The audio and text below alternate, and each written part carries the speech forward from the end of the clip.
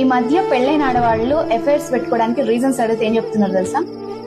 మా ఆయన నాకు టైం ఇస్తలేడు, పెళ్లికి ముందు మస్తు చూసుకుంటుండే మా ఆయన, ఇప్పుడు మాత్రం నన్ను పట్టించుకుంటలేడు. సో సిస్టర్, నీకు ఒక మాట చెప్తా, ఈ వీడియో ఆడవాళ్ళకి నచ్చకపోవచ్చు కానీ ఒకసారి చూడండి.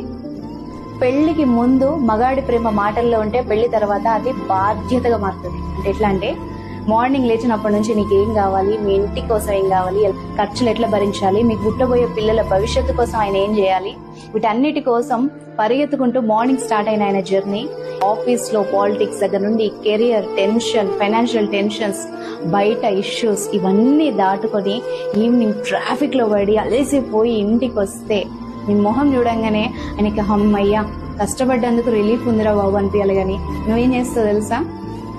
ఆయన ఏదో మాట్లాడదాం అన్ని దగ్గర వచ్చి కూర్చుంటే ఫస్ట్ నువ్వు చెప్పే సోది ఏంటంటే, మా ఫ్రెండ్స్ అది కొనుక్కున్నారు, మా కజిన్స్ ఇల్లు కొనుక్కున్నారు, మా రిలేటివ్స్ అక్కడ